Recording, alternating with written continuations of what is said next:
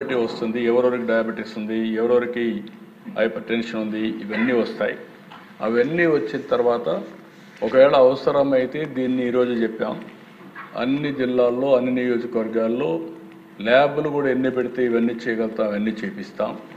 అక్కడ చేయించిన తర్వాత ప్రివెంటివ్ హెల్త్ కింద ఫుడ్ కూడా మనం ఏం తినాలి గైడ్ చేస్తాం. అందరూ నా మాట వింటారు నాకు నమ్మకం లేదు, కానీ ఇన్న వాళ్ళ ఆరోగ్యం బాగుంటుంది. ఈరోజు ప్రధానమంత్రి గారిని చూస్తున్నారు. ఆయన 75 సంవత్సరాలు, నాకంటే 6 నెలలు చిన్న, కానీ వండర్ఫుల్గా పనిచేస్తున్నాడు. ఈరోజు మీరు చూస్తే ఒకరోజు 4-5 విదేశాల నుంచి వచ్చి నెక్స్ట్ డే 4-5 రాష్ట్రాల్లో తిరిగే పరిస్థితి ఉన్నాడు. ఎవ్రీడే బ్రహ్మాండంగా ఫిజికల్గా ఫిట్గా బ్రహ్మాండంగా చేస్తున్నారంటే ఇంతవరకు ఎక్కడ ఒక రోజు కూడా లీవ్ కూడా తీసుకోలేదు. నేను కూడా ఎప్పుడు లీవ్ తీసుకోలేదు. ఇంకా మీరు కూడా గుర్తుపెట్టుకోవాలి, నేను ఎప్పుడో ఒకటి అంటాను, food as a medicine, kitchen as a pharmacy. అది కానీ మనం ఫాలో అయితే చాలా వరకు హెల్త్ అనేది చాలా ఇంప్రూవ్ అవుతుంది. నాకెప్పుడు రామ్దేవ్ చెప్పింది జ్ఞాపకం ఉంటుంది. ఆయన పదే చెప్తుంటాడు, మనకు మనుషులకు ఆవరేజ్ ఏజ్ వచ్చి 120 సంవత్సరాలు, కానీ 40 ఏళ్లలో 120 సంవత్సరాలు తినవలసిన ఫుడ్ తినేస్తున్నాం. అది మీకు కూడా వర్తిస్తున్న దేశం.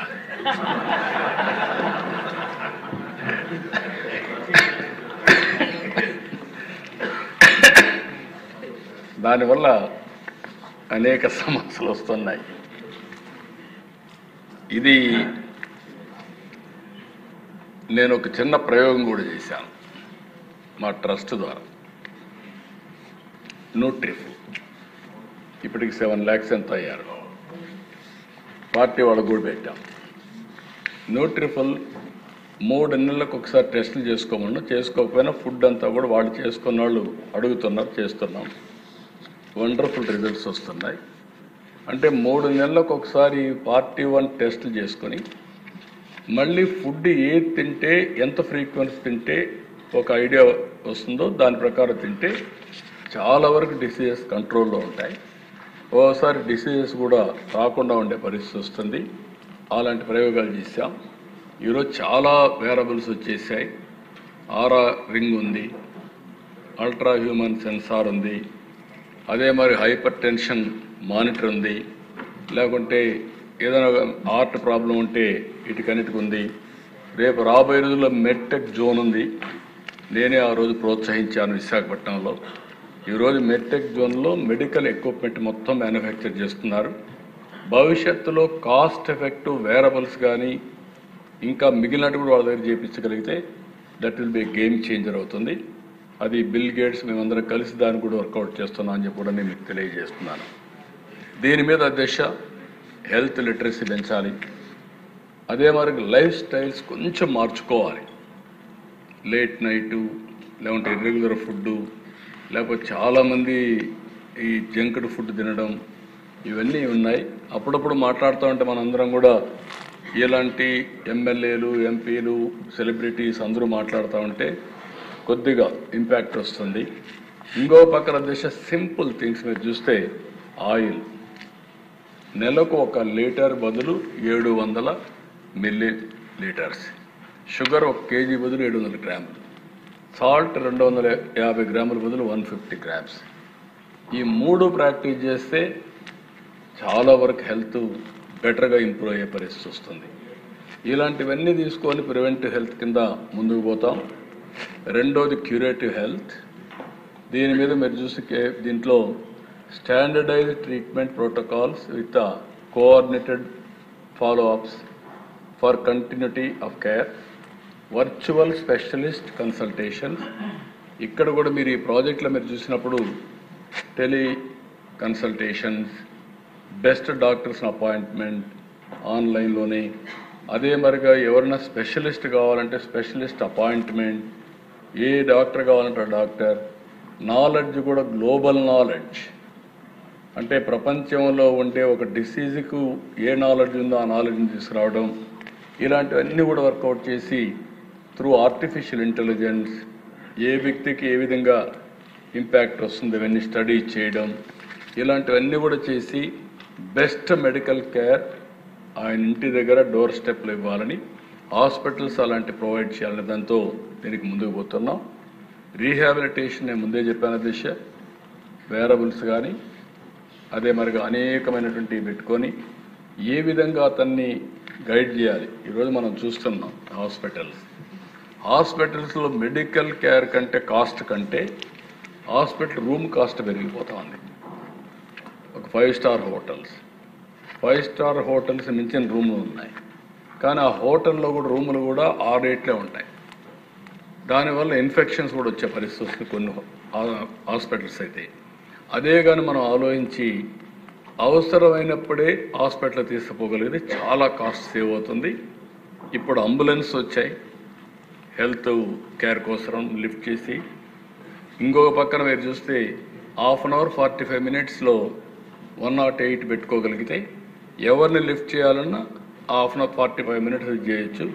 వేరబుల్స్ ఉంటే ఏ పేషెంట్ ఏ విధంగా ఉందో మనం కంట్రోల్ రూమ్ నుంచి మానిటర్ చేసుకోవచ్చు. ఇవన్నీ తీసుకొచ్చి అల్టిమేట్గా ఒకటే ఆలోచిస్తున్నాం, real time monitoring and personalized health care for all residents of the state చేయాలనేది ఒక మంచి ప్రయత్నం. ఈ ప్రయత్నం జయప్రదం అయితే ఇండియాకే ఒక నమూనాగా తయారవుతుందని చెప్పి మరొక్కసారి మీ అందరికీ తెలియజేస్తున్నాం. ఇప్పటికే కుప్పంలో చేసిన ప్రాజెక్ట్ అధ్యక్ష care in pregnancy and child birth, న్యూటల్ and infant health care, child and adolescent health care. ఇక్కడ దేశ నేను ఈ ప్రయత్నం చేసేటప్పుడు కేర్ అండ్ గ్రో ఒక ఆర్గనైజేషన్ వచ్చాను, ఒక యాప్ తయారు చేశాను. యాప్ తయారు చేసి ఆ నియోజకవర్గంలో మొత్తం మన అంగన్వాడీలు పెట్టి పిల్లలందరినీ టెస్ట్ చేస్తే చాలామంది బై బర్త్ కానీ ఆ ఏజ్లో డెఫిషియన్సీస్ ఉన్నాయి. ఆ డెఫిషియన్సీస్ రాబోయే రోజుల్లో వీళ్ళు బ్లైండ్గా తయారు కావడం, మూగ్గా తయారు కావడం, మాట్లాడలేకపోవడం, బ్రెయిన్ మెచ్యూరిటీ రాకుండా పోవడం, ఇలాంటి అనేక సమస్యలకు దారితీస్తున్నాయి. దాన్ని డయాగ్నోస్ చేసి వాళ్ళ తల్లులు కూడా చెప్తే మొన్నటి వరకు తల్లులతో కూడా ఆడుకునే పిల్లలు వీళ్ళు ప్రోయాక్టివ్ అయ్యారు. అంగన్వాడీస్ ఒప్పుకుంటున్నారు, అదే మరి మదర్స్ కూడా ఒప్పుకునే పరిస్థితికి వచ్చారు. అంటే it is working very well అని దాన్ని కూడా ఆలోచిస్తున్నాం. ఇలాంటి టెక్నాలజీస్ ప్రపంచంలో ఎక్కడైనా ఉంటే అవన్నీ తీసుకొచ్చి ఓవరాల్ హెల్త్కి ఏమేం చేయాలని చేస్తామని చెప్పి కూడా నేను మీకు తెలియజేస్తున్నా. ఇంకొక పక్క పాపులేషన్ మేనేజ్మెంట్ మీద ఏదైతే రీప్రొడక్టివ్ అండ్ హెల్త్ కేర్, ఈ ఎగ్జాంపుల్ చూస్తే మహిళ ఒక వాలంటీర్ ఆర్గనైజేషన్ ముందుకు వచ్చారు. వాళ్ళు కొంతమంది couples they are not interested to have second child. అలాంటి వాళ్ళందరినీ పిలిపించి కౌన్సిలింగ్ చేసి సెకండ్ చైల్డ్కి ఒప్పించే పరిస్థితికి వచ్చారు. అది కూడా బాగా జరుగుతూ ఉంది. మనమందరం మాట్లాడమే కాకుండా అలాంటి సంఘాలు కూడా చేయగలిగితే ప్రజల్లో ఒక చైతన్యం వస్తుంది. అలాంటి ఆర్గనైజేషన్ దాన్ని కూడా తీసుకొస్తున్నాం.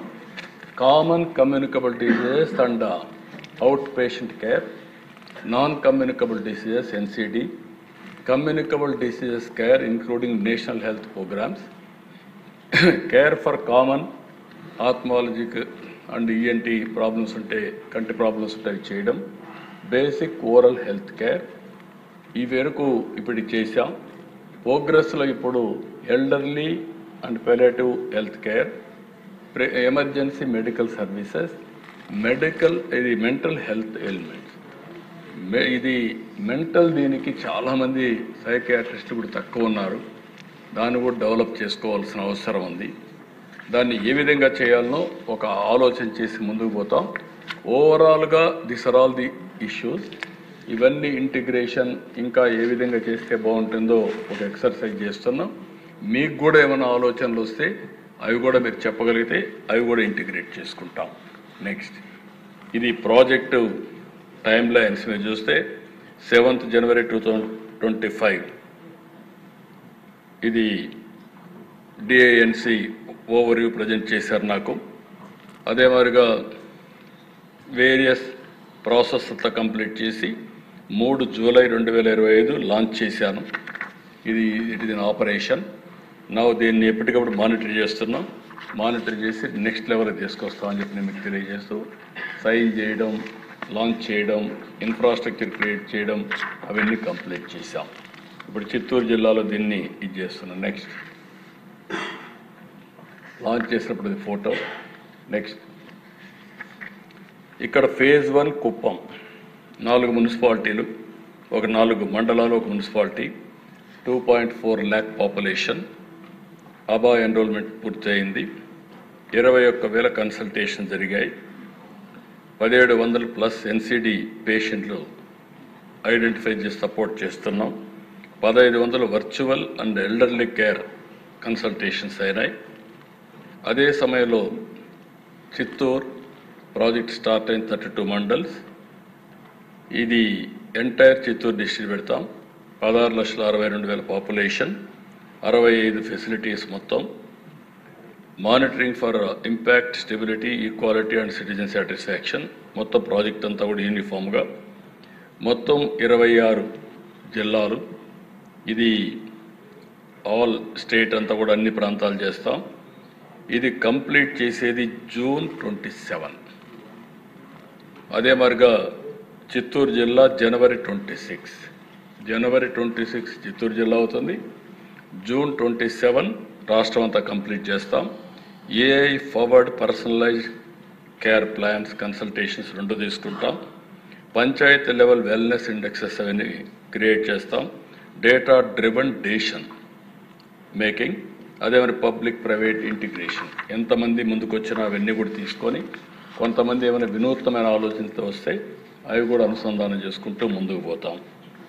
ఇక్కడికి వచ్చినప్పుడు దేశ నెక్స్ట్ ఈ పేజీలో మీరు చూస్తే యూనివర్సల్ స్క్రీనింగ్ పైలట్ కుప్పంలో స్టార్ట్ చేస్తాం.